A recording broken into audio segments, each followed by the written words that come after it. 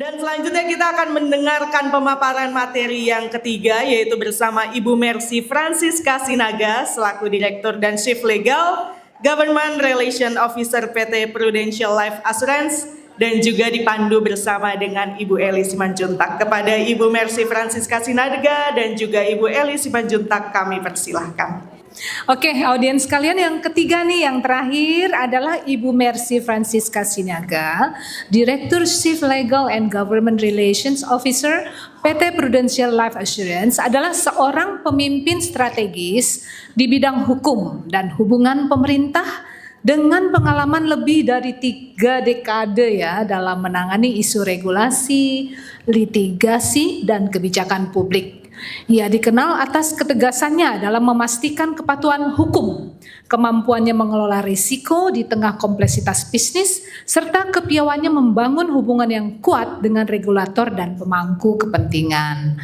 Beliau juga menjabat sebagai ketua terpilih ya British Chamber of Commerce in Indonesia atau BRICAM Indonesia, dan menjadi perempuan pertama yang memegang posisi tersebut. Selamat ya Ibu Mercy atas terpilihnya. Tepuk tangan teman-teman. Oke, nah Bu Mercy, cerita dong untuk sampai ke posisi sekarang kan gak mudah ya. Nah, bisa diberikan tipsnya kepada para audiens. Oke, kalau terima kasih waktunya. Selamat sore teman-teman semua, Bapak Ibu, adik-adik, kakak-kakak. Kalau dari saya untuk bisa mencapai di posisi sekarang, tentunya yang dibutuhkan adalah konsistensi dan kerja keras ya. Jadi kalau menurut saya sih seperti tadi dikatakan oleh Mbak Hera sama Bu Dewi juga, waktu kita masih di bawah gitu ya, memang jangan pilih-pilih kerjaan.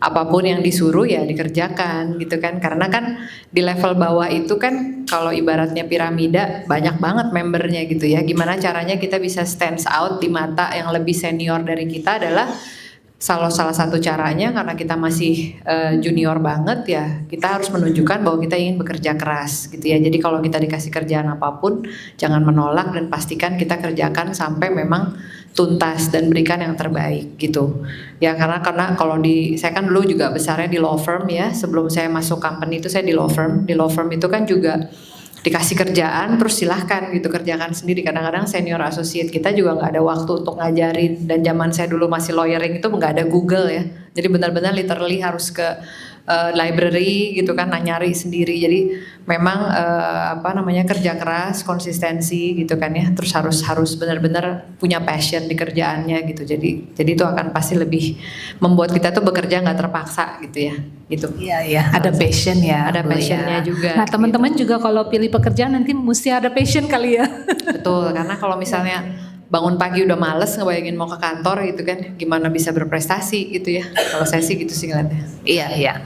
Lalu gimana sih kiatnya gini ya, supaya kita kayaknya kan perempuan-perempuan sekarang tuh kayak sulit gitu loh kalau punya anak, terus pada pekerjaan, meraih karir sampai ke atas gitu ya. Bagaimana sih sebenarnya kiat meraih kesuksesan di dalam pekerjaan tapi keluarga juga? Oke, kalau saya sih dari mulai pacaran gitu ya, saya selalu bilang sama pacar saya bahwa saya tidak akan mau berhenti bekerja. Jadi itu udah bilang duluan ya? Iya, itu adalah sesuatu yang udah di set dari awal gitu ya. Jadi ekspektasinya tuh udah jelas gitu. Jadi karena yang membuat ibu-ibu memang menjadi gini. Saya pernah melakukan suatu studi ya, karena saya dulu 7 tahun di perusahaan rokok British American Tobacco, itu benar-benar literally cowok semua, nggak ada perempuannya, cuman saya doang direktur perempuan dan orang Indonesia gitu. Nah saya tuh benar-benar melakukan riset. Sebetulnya kenapa sih kok perempuan itu kesannya lebih lambat berprestasi dibanding laki-laki? Jadi teman-teman semua, ternyata di dunia perkuliahan, di dunia pendidikan, perempuan itu secara nilai itu justru lebih banyak yang nilainya lebih tinggi dari laki-laki ya. Tapi begitu sudah tamat dari sekolah, perempuan itu melambat karena mereka udah mulai berpikir, aduh saya merasa bersalah kalau saya terlalu kerjanya fokus, nggak enak sama mertua, nggak enak sama suami. Nah itu yang membuat sebetulnya jadi melambat gitu. Studinya saya lupa tahun berapa gitu, tapi itu studi itu ada gitu ya. Nah jadi pesan saya adalah dari awal itu kalau memang masih pacaran udah langsung ngomong, mohon maaf saya pengen kerja gitu ya. Nah jadi dan juga Ya kalau udah dikenalin nama calon mertua misalnya ya kita ngomong ya saya memang pengen kerja gitu. Jadi itu benar-benar tip pertama kalau menurut saya yang benar-benar harus saling terbuka lah ya gitu. Jadi kita bisa gitu kalau misalnya calon suaminya bilang enggak kamu harus berhenti kerja ya consider aja kalau memang kita niatnya pengen bekerja gitu ya, karena daripada ribut belakangan kayak gitu. Dan kalau memang ternyata sudah bekerja, gimana tipsnya supaya kita bisa membalance dengan pekerjaan dan ini ya dan apa namanya rumah tangga. Saya termasuk yang cukup beruntung karena saya di rumah ada ibu saya. Jadi saya selalu punya babysitter, Mbak gitu ya, tapi di rumah selalu ada ibu saya juga. Jadi masih ada someone yang ngeliatin anak-anak gitu ya. Memantau ya. Betul. Kalaupun nggak punya luxury seperti itu ya jangan merasa kecil hati, nggak apa-apa. Cuman memiliki support system yang tepat itu adalah salah satu kunci utama bagi ibu yang bekerja. Gitu, karena kita juga ada traveling, kita ada business trip, kita kadang pulang malam, kita kadang begini begitu gitu ya. Kalau kita nggak punya support system yang memang bisa kita pegang, itu memang agak mengganggu, distracted gitu. Jadi saya sih bersyukur, saya puji Tuhan saya punya support system yang tepat. Nah support system itu apakah selalu dalam bentuk orang tua tinggal di rumah? Enggak juga gitu ya. Dan jadi tadi ada dua ya, dukungan kerjasama dengan suami, dukungan suami itu penting, mertua juga termasuk yang penting. Plus itu tadi memiliki support system yang memang bisa membantu kita gitu. Seperti itu sih kalau menurut saya. Oke. Nah, biar banyak pertanyaan dijawab, silahkan Banyak yang mau bertanya. Bukan hanya asuransi ya, saya. Oke, sebelumnya bagaimana sih Ibu sebagai perempuan yang berhasil menembus di posisi tersebut dan kira-kira apa barrier yang tak terlihat yang paling sulit Ibu hadapi dan bagaimana cara Ibu mengatasi hal tersebut? Apa yang tak terlihat tadi apa? Sorry? Barrier. Oh, oke, sorry. Oke, terima kasih Mbak pertanyaannya. Memang terus terang ini sesuatu yang buat saya juga sangat membanggakan gitu, karena British Chamber of Commerce itu kan membernya perusahaan-perusahaan Inggris yang ada di Indonesia. Jadi kalau mungkin yang Bapak Ibu teman-teman yang paling sering dengar mungkin BP ya, British Petroleum, terus ada Prudential, ada Standard Chartered, ada HSBC, ada Unilever, ada Shell, ada Airbus, apalagi yang gede-gede ya, banyak ya.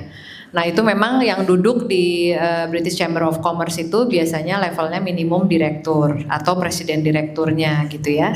Dan memang nggak orang Indonesia ya, orang bule segala macam mix ya. Nah kemarin itu waktu saya terpilih, saya sih kiatnya sebetulnya nggak pakai kiat-kiat yang spesifik ya, cuman lebih kepada menunjukkan bahwa kita bekerja dengan hati, bahwa memang kita itu serius gitu ya, karena kan semuanya direktur atau presiden yang duduk di situ, jadi pasti sibuk gitu. Tapi saya sih selalu berusaha memberikan yang terbaik gitu kan ya. Jadi karena Britchem ini kita kan tahu ya, tahun bulan Januari kemarin kan Pak Presiden Prabowo baru tanda tangan strategic partnership sama EGP dengan Perdana Menteri Keir Starmer di London ya. Nah itu yang nge-lead itu adalah British Chamber of Commerce ya, bersama-sama dengan Kadin, tapi leadnya tuh ada di British Chamber of Commerce. Nah jadi memang pada saat itu saya juga ikutan menjadi salah satu komite di sana. Mungkin dari situ teman-teman yang lain, members yang lain melihat dan sorry, sebelum saya jadi presumptive chair, saya juga sudah menjadi vice chair sebetulnya gitu. Jadi saya sih hanya memberikan yang terbaik aja, bahwa yes tentu saja prioritas utama pekerjaan saya tetap Prudential, tapi karena ini adalah hubungan bilateral dua negara gitu ya. Jadi saya juga menunjukkan bahwa saya fokus dan saya benar-benar berusaha memberikan selalu yang terbaik. Itu sih Mbak kuncinya sebetulnya, mau kerja di mana aja gitu ya, bagi saya adalah give your best to the company atau to whoever yang you work for gitu kan. Nah kalau untuk barriernya, mungkin bagi saya barriernya udah nggak terlalu, biasanya barriernya kan anak-anak masih kecil gitu ya. Nah kalau di usia saya kan memang anak-anak saya dua-duanya udah kuliah, udah besar-besar gitu kan ya, udah bekerja, yang satu terus ngambil S2. Nah jadi barriernya tuh dari sisi waktu sebenarnya nggak ada gitu, lebih kepada mungkin bagi waktu aja antara pekerjaan utama yaitu Prudential dengan pekerjaan di British Chamber of Commerce. Tapi saya juga nggak melihat itu sebagai suatu barrier, saya melihatnya sebagai sesuatu yang memang harus di manage aja gitu loh. Itu sih Mbak. Jadi dimanapun juga Mbak nanti berada bekerja gitu ya, ya please bear in mind bahwa itu adalah sesuatu yang penting aja gitu, bahwa kita harus komit dan pasti selalu berikan yang terbaik. Itu sih. Semoga menjawab. Baiklah, satu pertanyaan lagi. Silakan dipilih. Assalamualaikum warahmatullahi wabarakatuh. bertanya Ibu, banyak perempuan muda sekarang menjadi entrepreneur atau freelancer dalam dunia penuh ketidakpastian ini. Bagaimana asuransi bisa menjadi jaring pengaman yang membuat mereka tetap berdaya meskipun sedang berada di situasi yang sangat sulit, dan bagaimana khususnya anak-anak Gen Z ini mengubah generasi sandwich orang tua itu anak dan anaknya lagi itu Bu. Yang itu lebih ekonominya finansialnya itu lebih aman gitu Bu. Terima kasih. Oke, thank you. Saya boleh iklan ya. Kita kebetulan memang di Prudential kita melihat menangkap market ini gitu ya, bahwa generasi sandwich generation itu kan sekarang banyak. Di satu sisi anak masih kecil harus disekolahkan. Di sisi lain orang tua sudah pensiun dan mulai sakit-sakitan dan berasal dari generasi yang belum melek asuransi. Jadi pasti anak-anaknya itu ya syukur kalau anaknya banyak ya. Dalam hal ini bersyukur anak banyak bisa bagi-bagi biaya rumah sakit gitu kan. Kalau anaknya cuma 2 gitu susah juga ya. Nah kita sebenarnya Mbak dalam hal itu kita udah keluarin kita punya produk di mana kita memang mempersiapkan untuk sandwich generation ini. Jadi salah satunya mungkin bisa membeli produk asuransi yang seperti itu ya. Saya bukan hanya Prudential, saya yakin apa yang lain kompetitor lain juga punya. Cuman memang di Prudential saya cerita Prudential karena saya tahu produk saya gitu ya. Dan itu benar-benar sangat membantu gitu. Jadi secara kita juga punya peace of mind bahwa anak saya bisa tetap sekolah, tapi kalau orang tua saya sakit juga saya punya uang gitu untuk membantu mereka. Jadi salah satunya adalah belilah produk asuransi yang tepat yang untuk sandwich generation. Kalau kita bicara mengenai entrepreneur tadi, entrepreneurship, nah itu juga sama ya, karena tetap yang namanya proteksi itu kita harus punya, karena begitu kita berbisnis kan income-nya juga nggak tentu ya, income-nya hari ini ada besok nggak ada gitu. Nah jadi salah satu kiatnya adalah ya tetap harus punya proteksi dari sisi asuransi, supaya kalau misalnya pada saat bisnis kita lagi down misalnya, tapi kita amit-amit sakit gitu ya, tetap kita punya peace of mind bahwa kita terjamin dari sisi asuransinya gitu. Kalau Prudential kan kita memang asuransinya life ya, kita nggak punya asuransi yang kayak kompetitor lain, mungkin ada asuransi yang lain-lain yang bukan life dan bukan health. Kalau kami memang cuma life and health. Tapi kalaupun berbisnis ya tetap harus diasuransikan. Misalnya bisnisnya apa? Misalnya bisnisnya jualan ini ada aset rumah gitu misalnya ya itunya harus diasuransikan gitu loh Mbak, karena masyarakat Indonesia itu kan fortunately merasa asuransi itu sebagai suatu beban. Aduh ngapain gue bayar premi gitu ya. Tapi kalau saya baru 2 tahun ya di Prudential. Saya sebelumnya di berbagai industri gitu. Tapi saya juga jadi melek asuransi gitu, bahwa memang oh iya ya asuransi itu kita jangan mikir dari sisi bayar premi gitu ya. Tapi memang begitu saatnya tiba kita tuh pasti bersyukur kalau kita punya asuransi gitu loh. Jadi silahkan mau berwira swasta atau segala macam, cuman apa yang kamu gunakan untuk bisnismu itu ya diasuransikan gitu supaya ya tadi peace of mind. Asuransi kan sebenarnya pengalihan resiko ya. Gitu, bisnis asuransi adalah bisnis pengalihan resiko gitu. Kalau kan enak ya kalau kita memiliki tempat di mana kita mengalihkan resiko kita. Gitu sih, seperti itu jawabannya. Semoga menjawab. Oke, baiklah. Satu lagi Kasihan yang di belakang udah dari belakang. tadi begini-gini loh. Yang paling Masih belakang. bisa Mbak. Itu yang paling Aurel. belakang tuh tangannya Silakan paling tinggi. ya. Yang itu tuh kasihan. Udah selesai. Kasihan sih Mbaknya. Mbak berdiri aja Mbak biar kelihatan. Tekan tingali. Mana sih Ya Mbak? udah satu lagi ya. Oh ya sok. Selamat sore, nama saya Susana. Saya mewakili dari Universitas Bina Sarana Informatika. Pertanyaan saya, apakah Ibu pasti Ibu di suatu perusahaan yang Ibu pimpin menemukan generasi muda. Nah, apa kelemahan terbesar khusus Kartini muda ini yang Ibu temukan dan yang harus diubah gitu. Itu aja Ibu, terima kasih. Terima kasih, pertanyaannya bagus sekali ya, karena memang generation gap ini memang terjadi ya, dan real, dan saya juga mengalami dengan anak saya sendiri gitu, kadang-kadang nih anakku kayak begini banget gitu ya. Nah kalau yang saya lihat ya in general aja nih Mbak ya, in general di generasi yang sekarang itu adalah apa ya, kalau saya tadi bisik-bisik sama Bu Dewi, kalau saya bilang saya punya mental bebong, mental babu gitu ya Bu ya. Tadi kita nganggapnya gitu, bicaranya begitu. Jadi apapun kita kerjain gitu. Kita nggak mikir ini kan bukan kerjaan gua, atau misalnya aduh kerjaan gua udah banyak kenapa gua lagi. Nah kita tuh generasi saya tuh nggak ada tuh pikiran kayak gitu. Dikasih ya udah kerjain gitu ya. Nah anak sekarang itu kebanyakan merasa ini bukan kerjaan saya. Why do I have to do it gitu kan? Why me? Why not her? Why not him? Kayak gitu-gitu. Kebanyakan tuh seperti itu, bertanya-tanya seperti itu.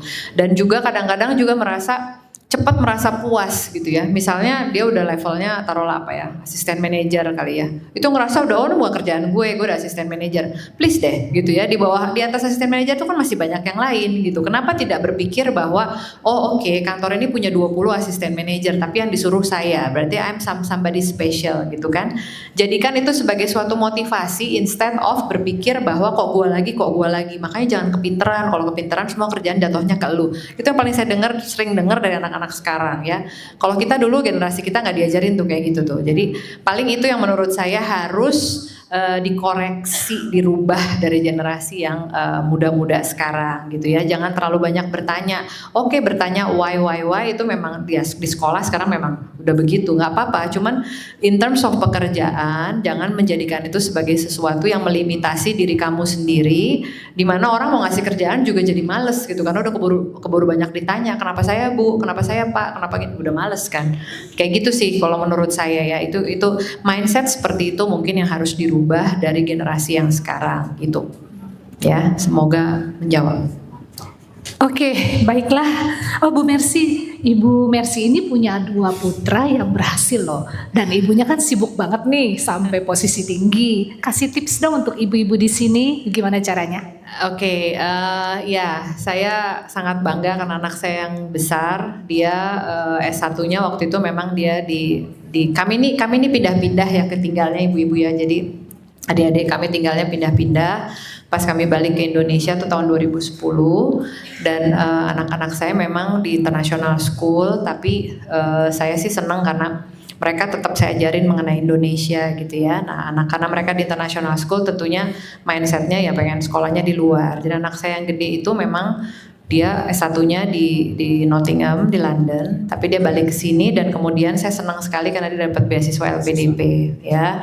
Dan bagi saya itu sesuatu yang apa ya? Saya senang sih karena saya tahu LPDP itu kan susah ya dan anak saya dapat yang gede. Nah, kalau yang kecil dia nggak dapat LPDP, dia lagi S1, dia di London juga. Nah, apa tipsnya gitu ya? Saya orangnya gini, saya menganggap anak-anak saya itu dari kecil saya nggak pernah anak kecil kan anak saya. Anak kecil nggak pernah. Saya selalu ngajak mereka diskusi gitu ya. Jadi mereka itu selalu terbuka sama saya dan dan anak saya cowok ya dua-duanya ya. Jadi udah pastilah pernah ada coba mama teman-teman aku buka botol misalnya gitu ya.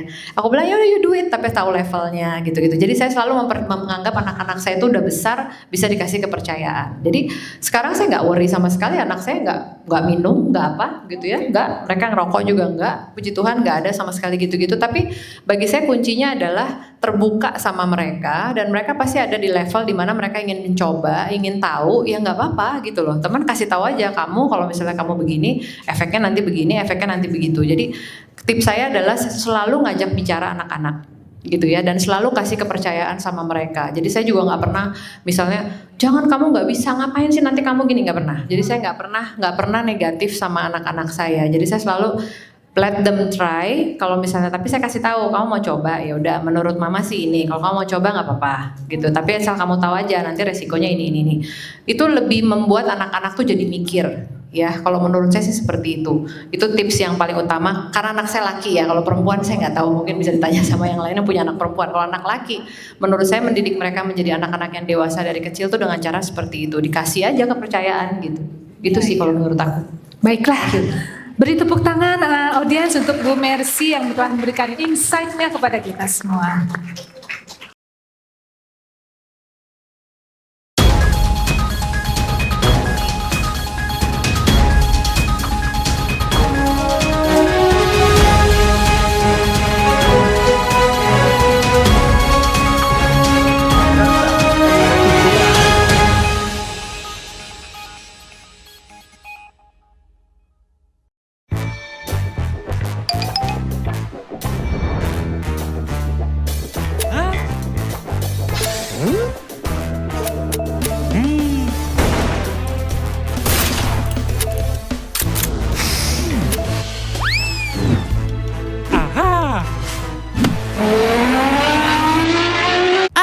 Katanya mau bisnis.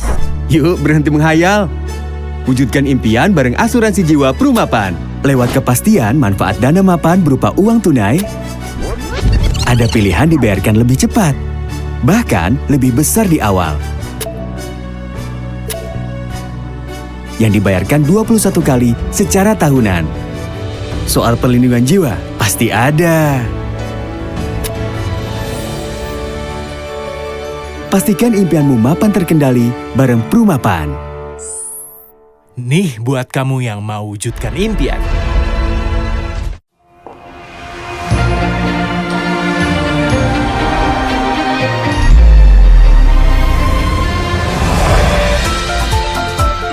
Bonus cair biar nggak langsung habis.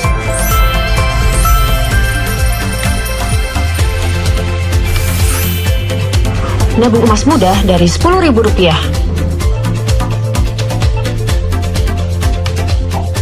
Penghasilan banyak biar nggak cuma lewat.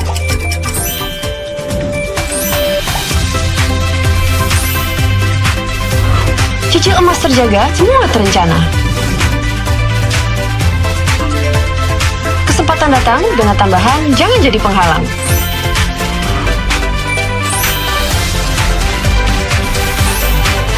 Gadai emas cepat, tinggal klik. Urusan emas jadi mudah dan cepat. Mulai dari Tring, download sekarang.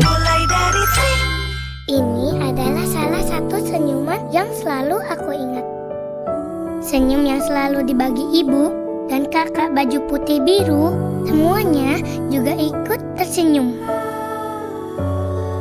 Karena setiap benih yang tumbuh, pasti selalu ada yang mendampingi. Senyum ibu semakin mekar. Terima kasih ibu yang sudah selalu ada. Terima kasih kakak baju putih biru yang sudah membersamai kami. Kayak ada suara musik dari dalam. Coba Papa cek. Ayo, pilih petualanganmu. Terjun dan nikmati sensasi wahana air. Menyapa banyak jenis ikan seakan di lautan. Berinteraksi langsung dengan burung-burung. Bertemu penguin dan mermaid yang indah. Akhiri hari dengan banyak keajaiban di depan mata. Temukan keajaiban berpetualang versi kamu di Ancol Taman Impian. Rediscover the beauty of your skin. Immerse yourself into perfection with the most advanced beauty clinic in Indonesia. Zap Premier, your personal beauty solution.